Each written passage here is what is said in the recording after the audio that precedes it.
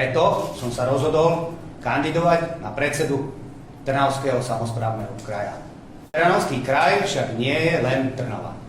Tu sa to celé len začína. Náš kraj si zaslúži podobnú energiu, podobný prístup, podobné tempo a rozvoj naprieč celým svojim územím. Preto som sa rozhodol kandidovať na predsedu Trnavského samosprávneho kraja.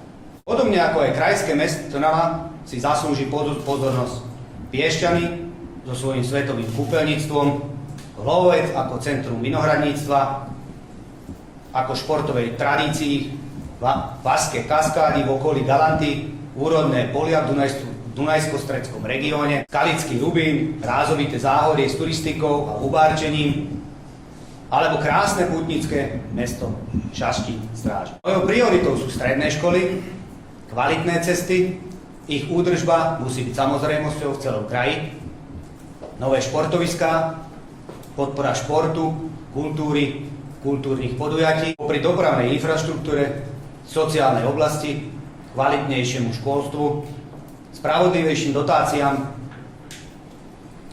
väčšej podpore tradičnej kultúry a zvykov, ale aj inováciám a moderným projektom. Som presvedčený, že všetko, čo sa podarilo v krajskom meste, dokážeme spolu preniesť do celého kraja.